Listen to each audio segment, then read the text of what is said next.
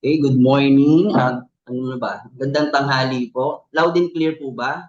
Yes. Yes. Pakilala po muna ako, no? I'm Brother Ryan. Naka-live tayo sa Facebook and meron tayong naka-join sa Zoom, no? And I am a moderator, one of the moderator. It's Sis Weng, si Ate Weng and Ate May. Silang moderator naman sa live po sa GCM. Again, a blessed morning to everyone and happy Mother's Day to all mom, nanay na ilaw ng tahanan na kasama natin today. Are you excited po ba for this seminar? Are you ready? Ready? Okay, first no, I will discuss some rules and reminders and kindly off your audio, sorry, especially during the talk no, of our guest speaker. And for the duration of time, more or less, we will have 20 to 30 minutes in lecture given to our guest speaker. And the rest, we will open the floor for the Q&A. And we want to be engaging no, for this seminar. Alam ko naman na marami tayong katanungan pagdating sa mga ganitong topic and so no we collect also your questions, just type it and send sa ating inbox, maybe during na nagtutok ang ating guest speaker pwede na kayo mag-send ng inyong mga katanungan. Okay po, and now let us proceed a little bit background for our topic as we go through this different season of life. Our body no experiences many changes, and some of these changes deeply yung nakaapekto not only our physical health but also yung emotional and mental well-being ng pagdating sa midlife hormonal changes such as yung menopause, andropause, and hormonal shifts ng katawan po natin can bring also yung mood, yung emotion, yung stress level, and even yung mental clarity. These are the real experiences that may go through. Yet no, madalas na misunderstood or na-overlook po natin. Today we will learn more about the mental health effect no ng midlife hormonal changes. Ito po yung topic po natin. That is very timely and relevant and important for us to understand not only for ourselves but also for the people around us. Now, no, may I call on Sis Jubet or Ate Jubet to introduce our guest speaker, to Jubet.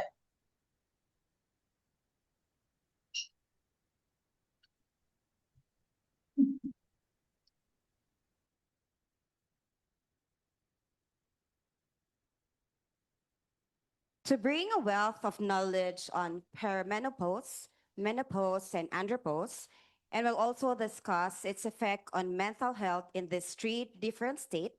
It is my pleasure to introduce a specialist who is a graduate of Bachelor of Medical Technology at the University of Santo Tomas, having earned her medical degree as Doctor of Medicine at the University of the East, Ramon Magsaysay Medical Center, and served her residency training in obstetrics, gynecology at Quezon Memorial Medical Center. Please welcome Dr. Priscilla Grace Roasa Salvadico. Hello, good morning. Nakita niyo ako? Morning. Good morning. Hello. Good morning, GCM family. So again, I'm Dr. Priscilla Roasa, a board-certified OBGYN, the second daughter of Pastor Greg and the lovely Grace Roasa. So I wish I could be there to do this live and celebrate with you. And today, as we celebrate Mother's Day, I will be lecturing more about women's health and menopause so we can better understand the most important women in our life, our mothers. So again, the hormones play a critical role in regulating not only our physical process but also our brain and emotional stability. Clear naman po ako? Clear yung sound. So since this is clear naman. So this is a Mother's Day special. We would be focusing more on the women's health, especially the mood, the mind, menopause, and understanding the emotional shift. So women should be attentive and vigilant in taking care of themselves at this critical stage of life. So today's lecture will help women to feel like they have the knowledge and information to do things they need to do to take care of themselves and navigate this life's transition. So today, this would be the outline of my seminar. We'll talk about the definition of terms, the symptoms, the impact of mental health, how we can manage it, how we will talk to our clinicians, and we'll sum it up in the end. So this is a short clip.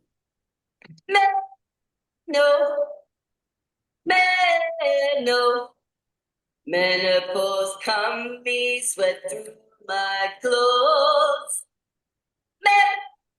Is a man, is a man, is a man, is a man, is a menopause.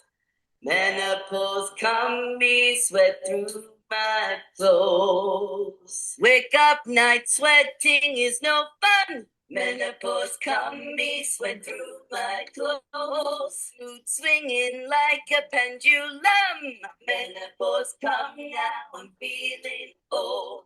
Begging my doctor to give me HRT. Then you'll come now, I need hormones. Come, Mr. Doctor, give me some HRT. Then you'll come now, I've got weak bones. Piss off 24/7 and packs a punch. Menopause come now, I'm a psycho. The middle is spreading with every munch. Menopause metabolism goes. A middle-aged woman is quite hormonal. Menopause come and my fuse got blown. Highly deadly, homicidal. Menopause come and I'm now psycho. 24/7 and packs up. So this is just a funny skit na minsan na-relate na ang mga menopause to psycho or mainitin ang ulo. So it's just a what middle-aged women usually experience. So hindi lang kayo nag-iisa. So we'll go on to the definition of perimenopause. So perimenopause, it is a stage leading up to menopause. So menopause is defined as no longer having your period for at least a year. So dapat 12 months na wala kayong regla para masabi po kayong menopause. So it typically affects women in their late 40s, and it is gradual and natural decline of estrogen hormones. So it is defined as 10 years prior to menopause. So imagine 10 years mo na experience yung lahat ng changes in your body, the hot flushes, the mood swings, the anxiety. So it is a lot of suffering for 10 years. So the average age of women is 45 to 55 years old. For Filipino women, it's actually 48. So menopause is affected by different factors such as genetics, external factors such as race, ethnicity, culture, lifestyle, and environment. Kaya iba-iba po ang age na menopause sa bawat babae. So this is just another skit. Kids explain. It's just angry sometimes, but my daddy said that he thinks it is early mango pause. Mango pause? I think Maybe don't even try and explain it. it is when women want to pause all the men in the world. Like pause. No. Like a man could be walking past and your mommy. So, ang ibig sabihin daw ng menopause ay gusto ng babae mag-pause lahat ng lalaki sa buhay. So, it's just another funny skit. So, let's go back. So, this is a slide showing the slow decline of estrogen as we age. So, the estrogen, ito po yung hormones ng babae na pinoproduce ng ating ovaries. So, when we are in our reproductive years, during this time, puberty at saka during our early 20s to 35, our estrogen are still working normally. So we are ovulating monthly. However, as we grow old, our ovarian follicles diminish due to monthly ovulation kasi nga buwan-buwan tayo nireregla, buwan-buwan tayo nag-ovulate. Hence, nagde-decline ang estrogen sa ating body. So menopause here, this one, is marked by the end of our monthly menstruation. It means the ovary stops releasing eggs.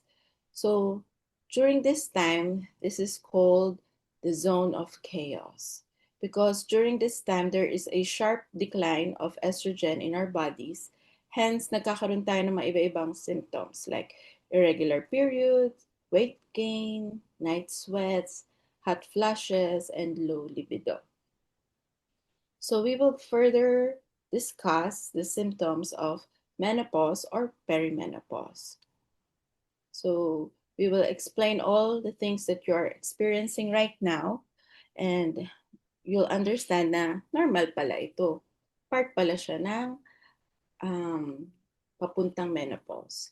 So the most common symptoms is hot flashes, and to think that it may last up to 10 years. So 10 years mo na-experience yung sobrang init ng katawan mo, bigla kang minsan lalamigin.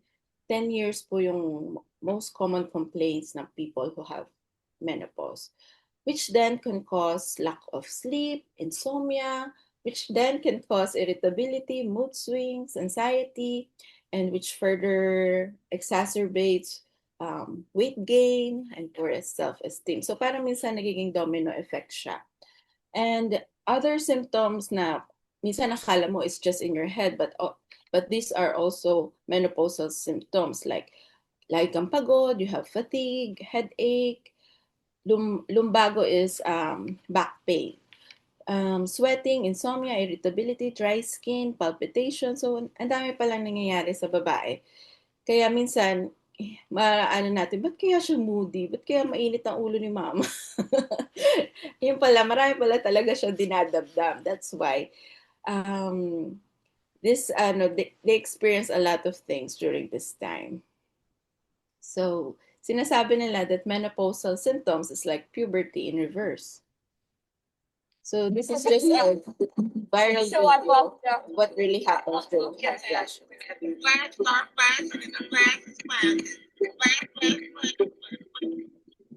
Imagine, umusok ka talaga na sobrang init. So minsan it's just, it comes and goes, hindi mo alam when it will happen. And they really complain of hot flashes and it really disturbs their sleep. So sleep is very important. Minsan dun pa lang, ang dami nang nangyayari just because they lack good sleep. So aside from all that is happening physically, it also affects us psychologically and mentally. So there are now feeling of depression, anxiety, irritability, mood swings, and decrease in libido. All of this happens because there is a declining estrogen that causes also affects the serotonin levels. The serotonin levels is our mood regulator or our happy hormones. So pag mababa ang estrogen, mababa rin ang serotonin, mababa rin ang happy hormones, kaya tayo nagkakaroon minsan ng depression, anxiety, irritability. Yan po yung mga nangyayari. And very crucial ang estrogen sa ating katawan because it affects the whole part of our body, the brain, the heart, the skin, the genitourinary system, and down to the bones. So imagine if the estrogen declines, all of this, we experience all the physical effects of estrogen declining during menopause. So, magkakaroon ka ng hot flashes, nagpapawis ka, nagdadry yung vagina mo, nagdadry yung skin mo, nawawala na yung collagen, and yung osteoporosis and osteopenia, which is yung rumurupok yung mga buto-buto, which then can give you higher risk for fractures in the future. So, ang dami nangyayari. So, it would give us more empathy to women who are undergoing these kinds of changes. So aside from that, it takes toll in our mental health because ang dami talaga. It is really the zone of chaos during this time. So as I have said, because of the declining estrogen levels, there is declining serotonin, which is our happy hormones. Kaya minsan parang mas lalong down yung mga babae, yung mga nanay natin undergoing these changes. So they are more prone to anger, irritability, anxiety, forgetfulness, loss of self-esteem, loss of confidence, low mood and feelings of sadness and depression, poor concentration, and sometimes called fog, brain fog, which is lost for words. So this is just another funny infograph. So with the 7 stages of menopause, would you be itchy, sweaty, sleepy, bloated, forgetful, or psycho? So lahat yan minsan na-experience ng mga babae. Pagdadaanan lahat ng babae balang araw. So knowing this now will help you manage it in the future. So in the women and the men, meron din pong tinatawag ng androgens.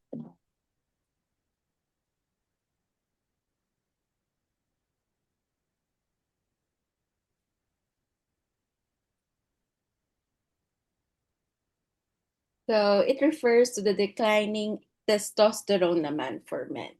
So unlike in menopause, the process is slow and variable, and it can significantly affect the physical and sexual and mental health. Ang kagandahan lang po sa lalaki, hindi siya katulad ng babae na very sharp yung pagbaba ng estrogen. Sa lalaki, mas slow and variable. Minsan 1% lang po yung decline ng testosterone after 30 to 40 years old. So it could be due to the testicular or sa brain, hypothalamic, or mababa lang talaga ang free testosterone sa blood nila. So like the women, sex hormone is very important. So it also affects the mental health of men.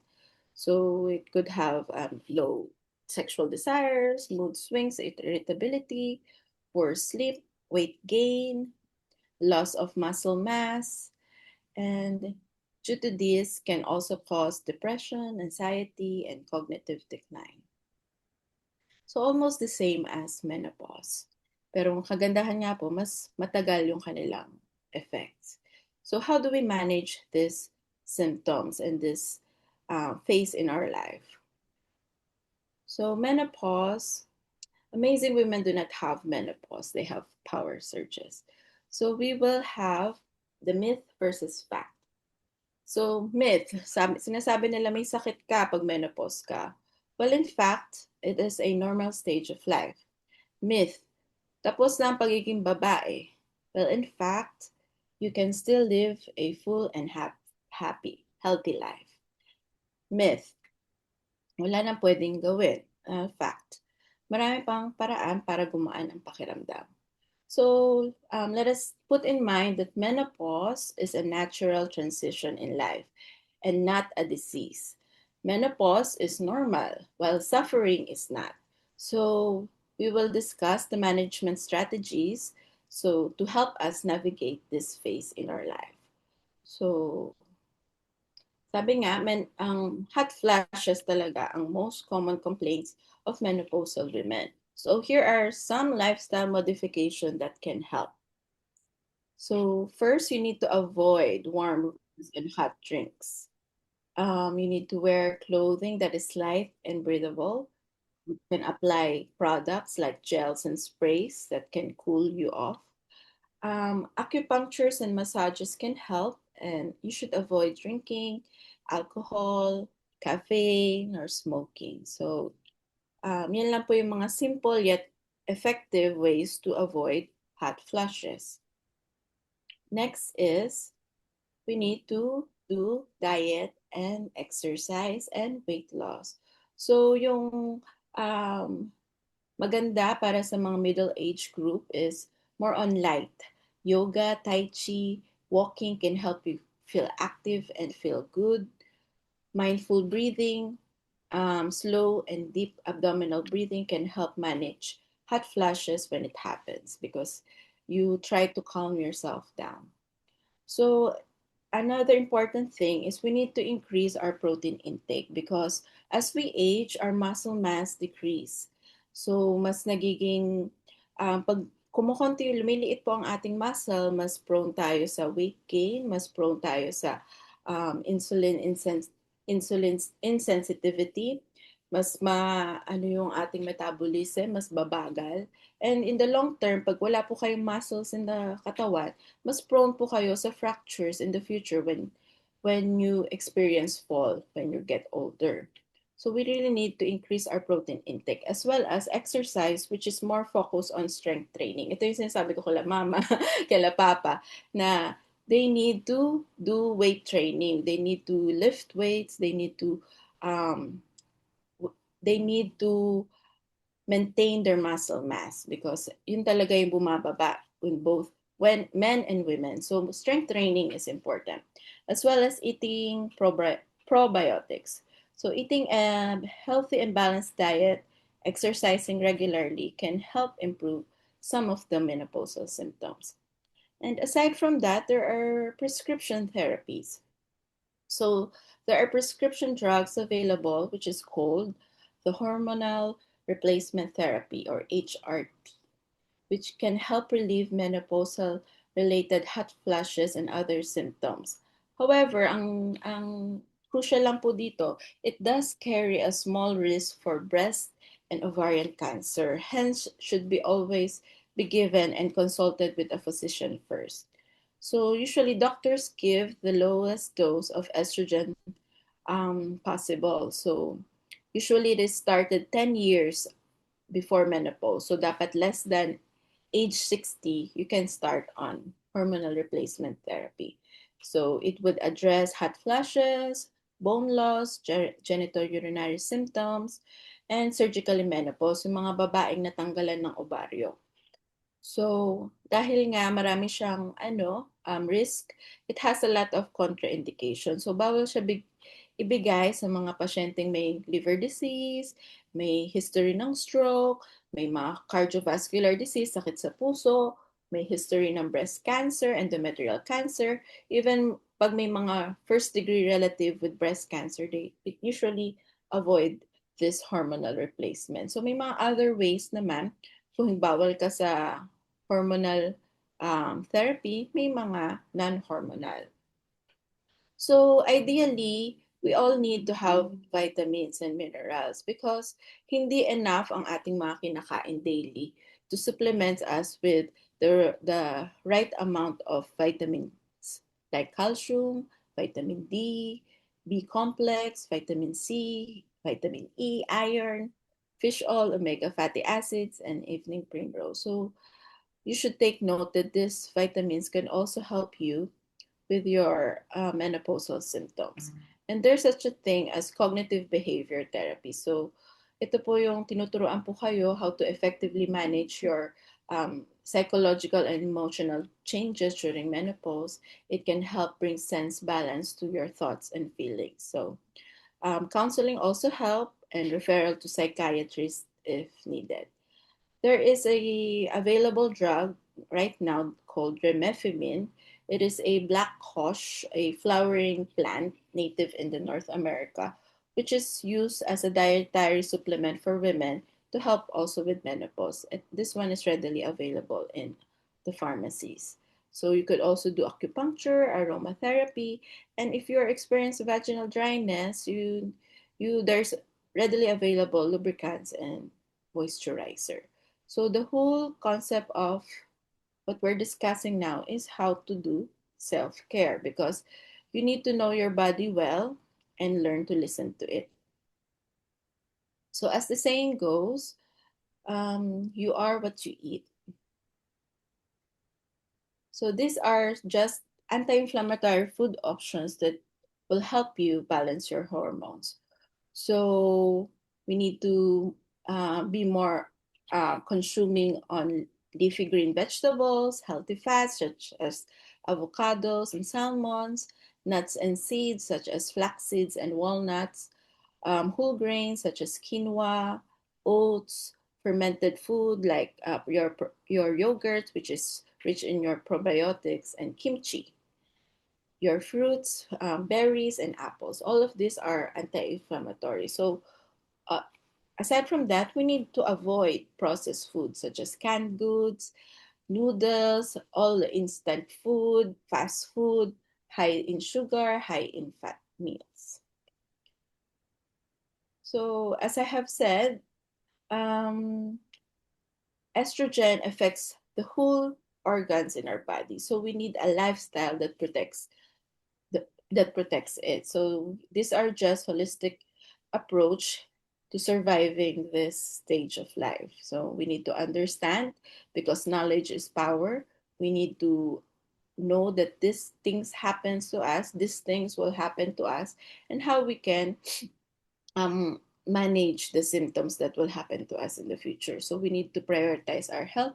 We need to monitor our blood pressure, check our cholesterol, have a healthy lifestyle to protect us from heart disease. We need to strengthen our bones. We need to take our supplements such as calcium, vitamin D, do strength training and exercise to prevent osteoporosis.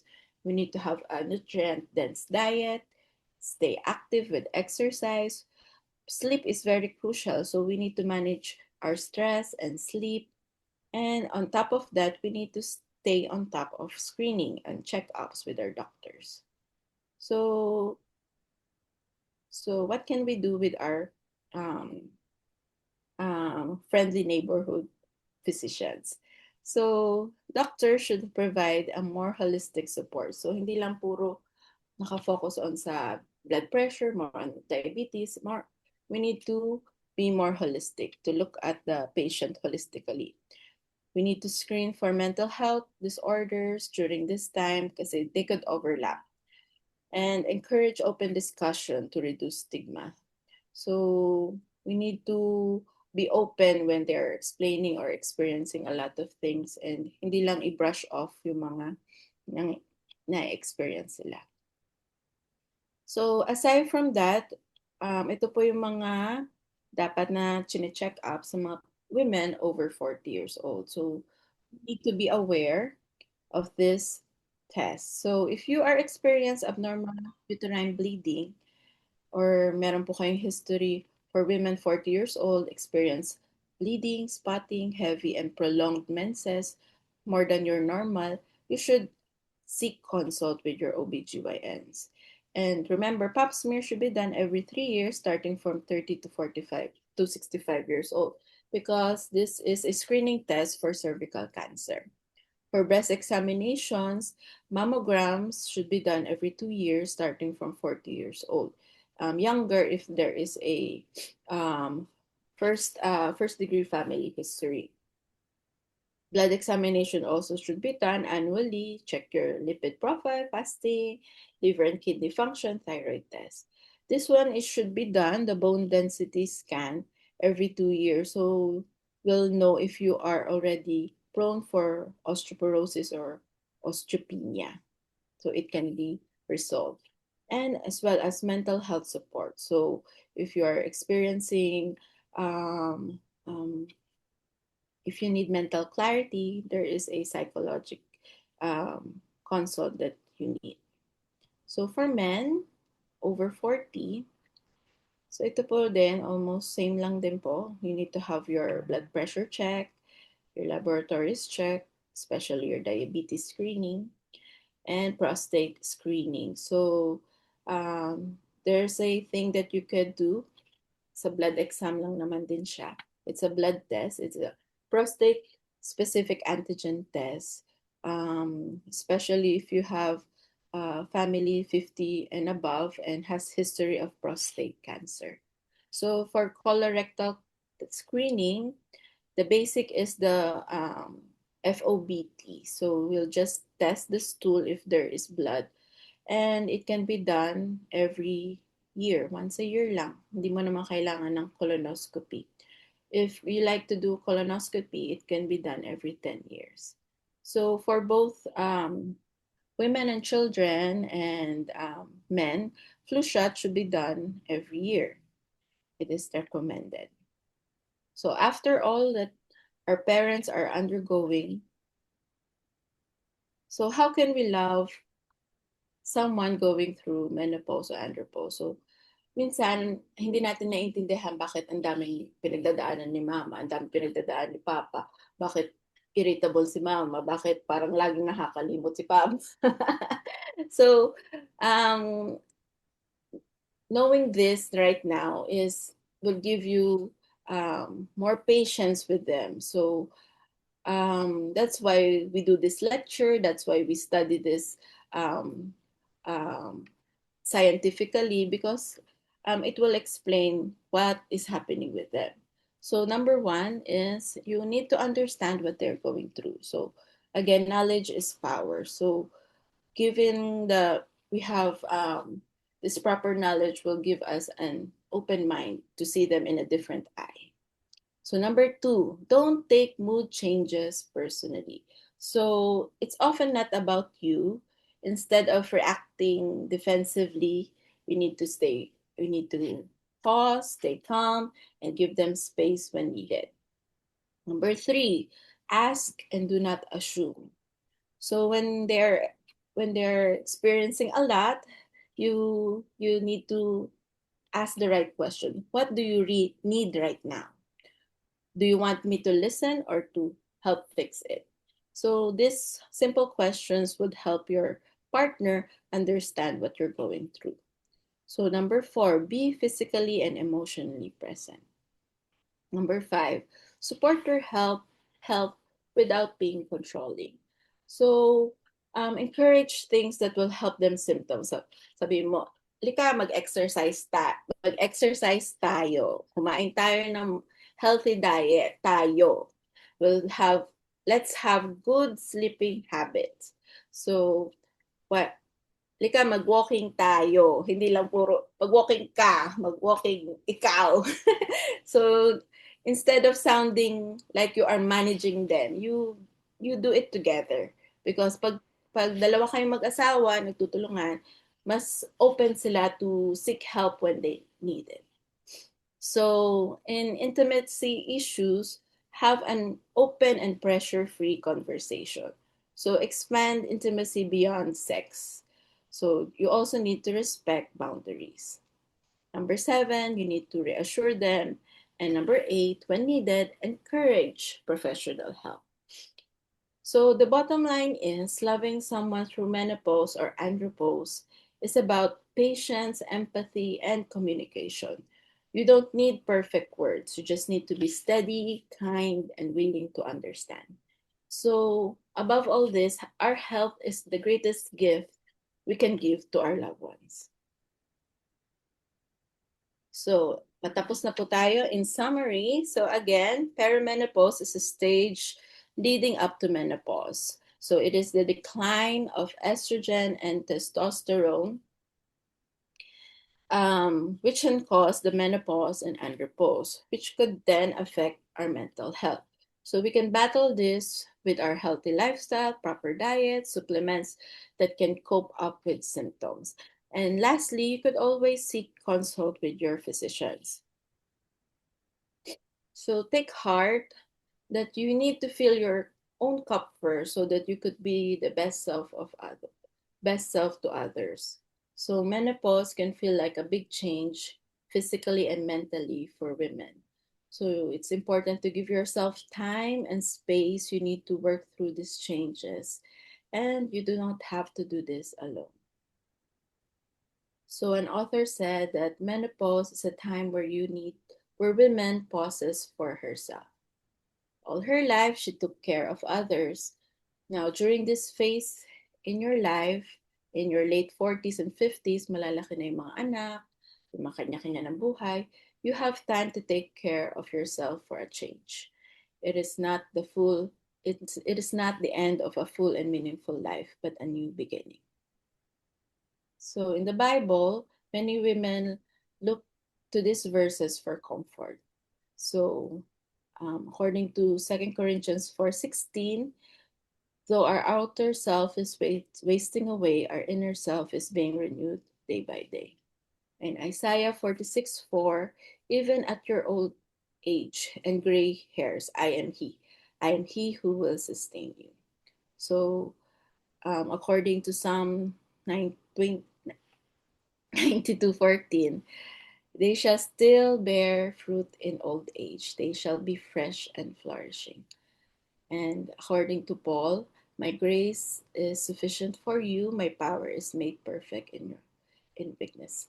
So during this time when you feel tired or vulnerable, you hang on into these words of comfort.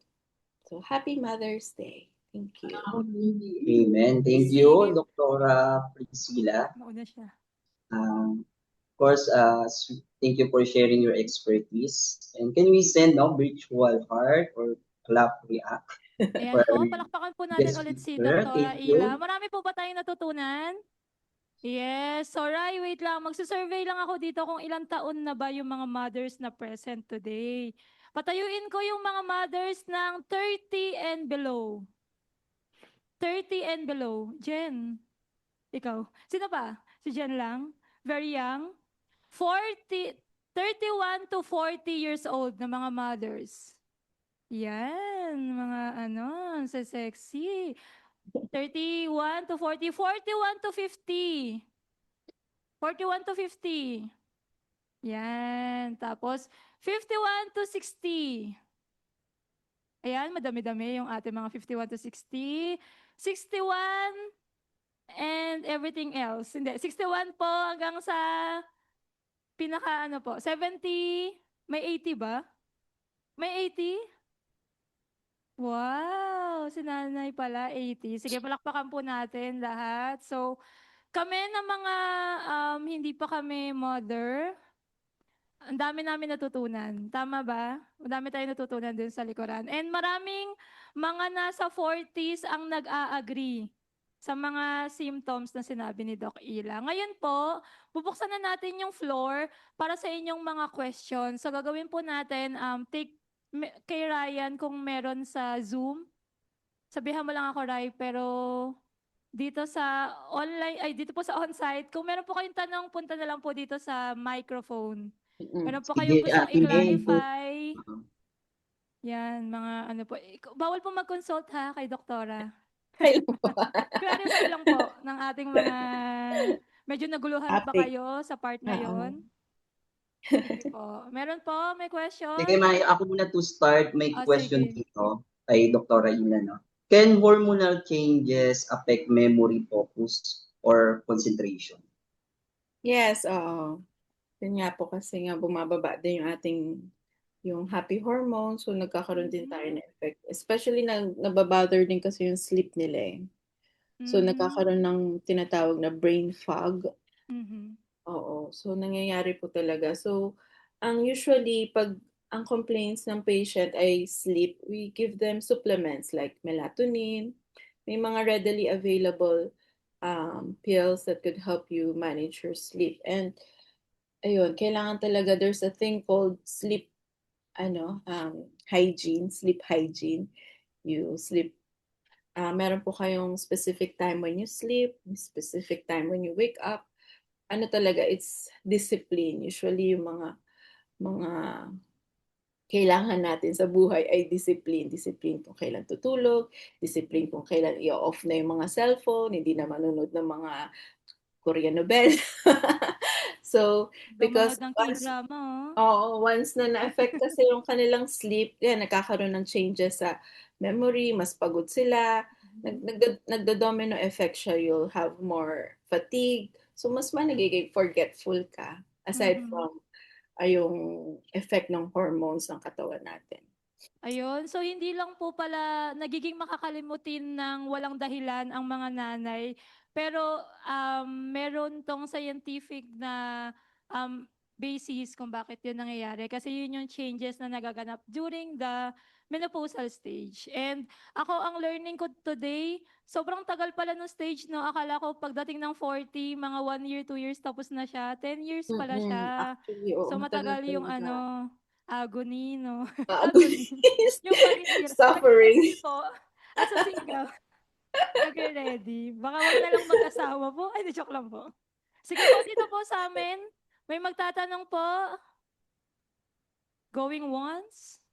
Twice? May question dito sa Zoom? May question pa sa Zoom? sabi rito kay Ate Emmy San Jose.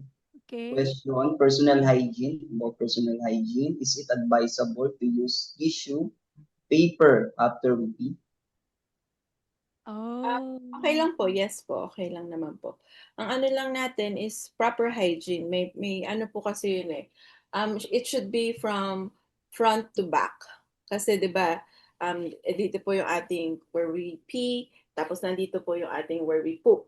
So ang ano lang po tinuturo namin sa mga patients is dapat from front to back, hindi back to front because mas kumakalat yung bacteria from the where you poop tapos iakyat mo sa kung saan ka umiihi. Kaya mas prone yung mga bata, mga babae to UTI kasi nga mali po yung kanilang hygiene pag ganyan po sila. So supposedly dapat palikod. Tapos we advise na to use yung proper feminine wash, yung mga Gynepro, Lactacid. We usually don't suggest pH care kasi nga masyado siyang matapang. Maraming mga chemicals na nilalagay. If gusto nila water, just water. Ang point lang is to keep it dry. Proper dispose, after peeing, tissue lang, then tapon na. Yun lang po. Pag stained na yung panty liner, tapon na. Ganun lang po. Yun, daming learnings. Sige po. Meron pa po dyan sa online, Kuya Rai, parang meron pa. Yes, meron pa kay Ma'am Vivian Bayaw. Question, I was not on BP maintenance meds until I was 58 years old. 2 years after menopause, but a stressful incident seemed to cause my BP to go. Uncomfortable, so wala.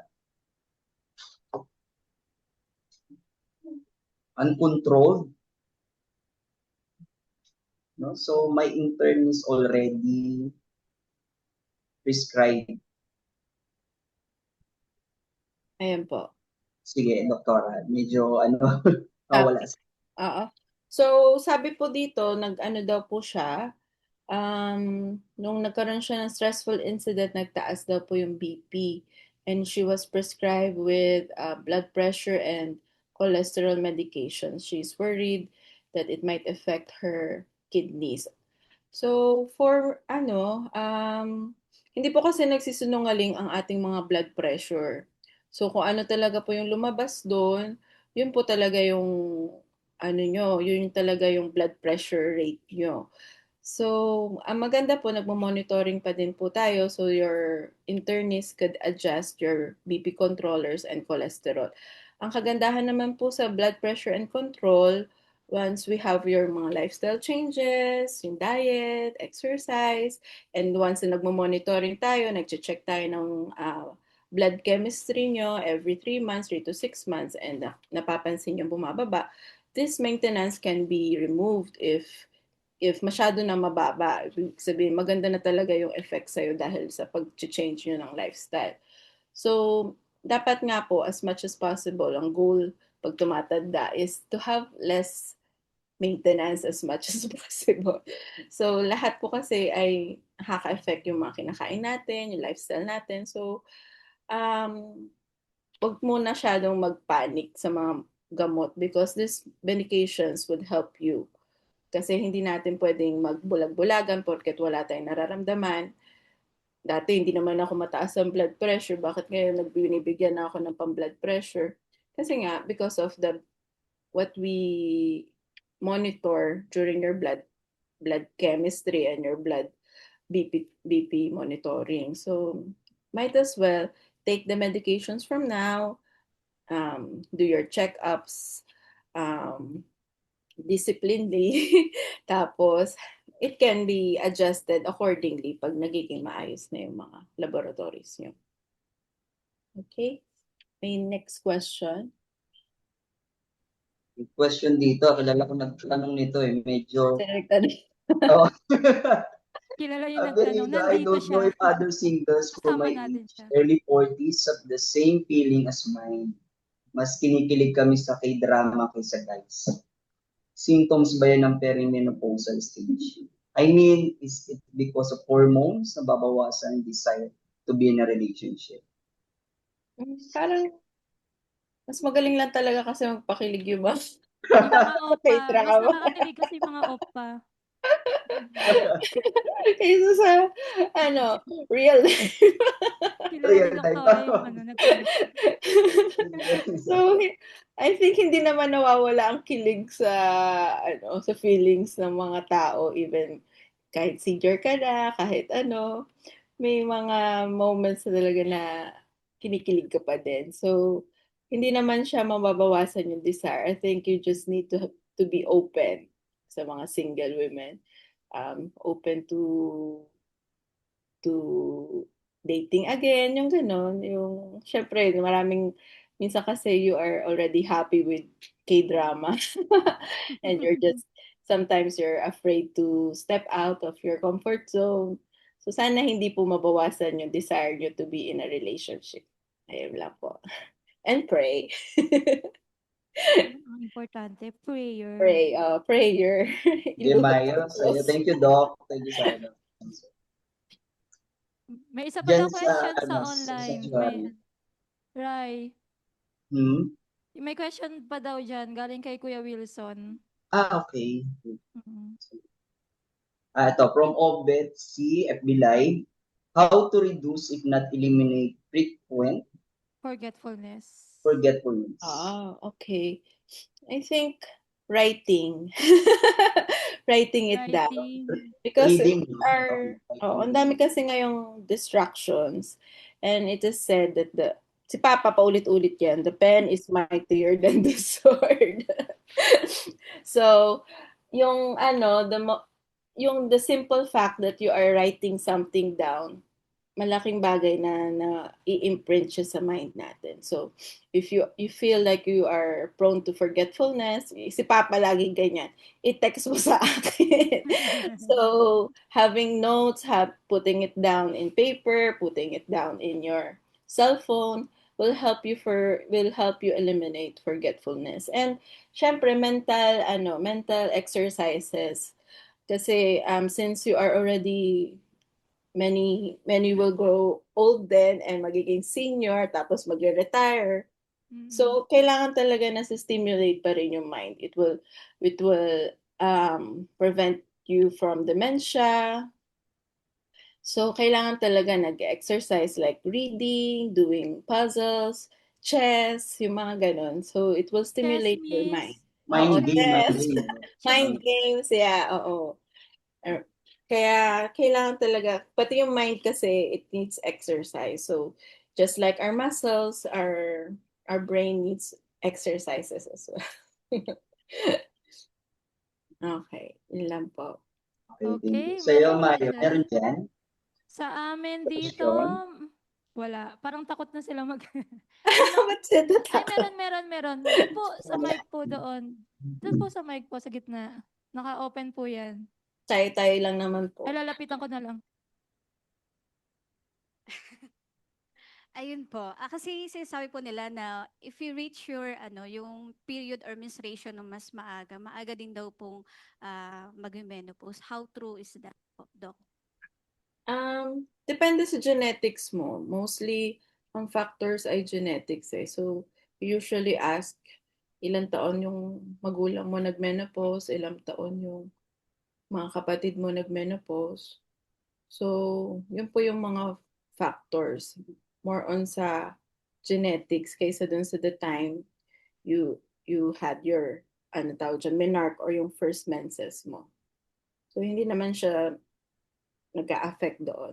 Kasi minsan, dahil nga sa yung body composition ng bata, minsan mas mataba siya, kaya mas maaga nag-menses.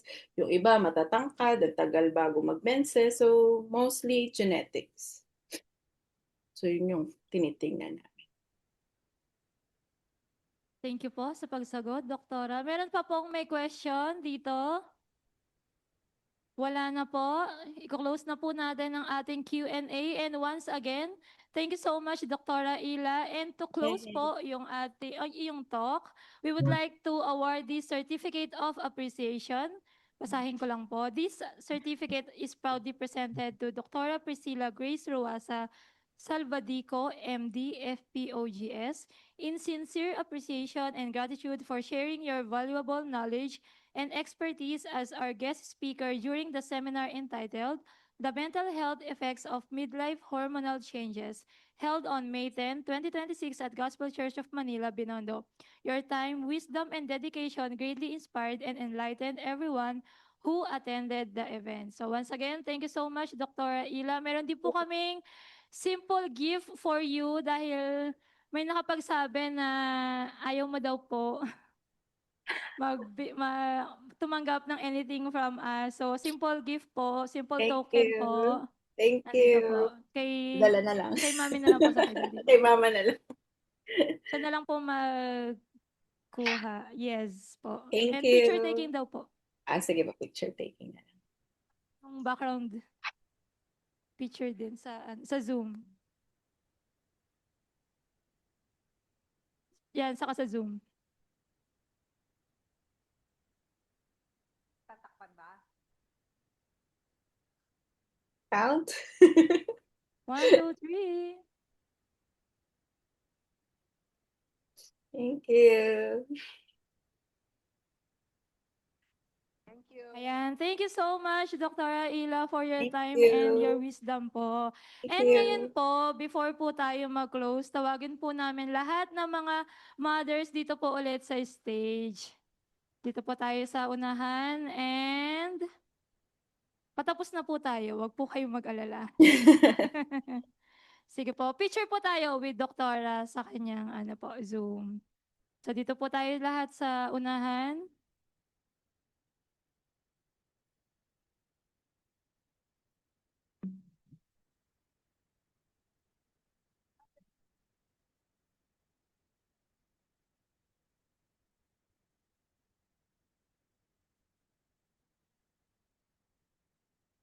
Sige po,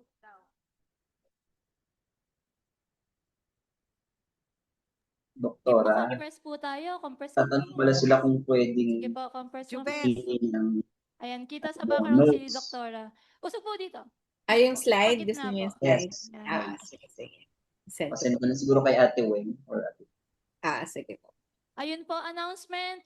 Kung meron po kayong gustong, kung gusto niyo po ng kopya ng talk ni Doktora, bibigyan po namin kayo through Ate Weng po. So approach lang po si Ate Weng. Ito na yung heart. Smile po. Smile. 1, 2, 3. One more po. Heart, heart.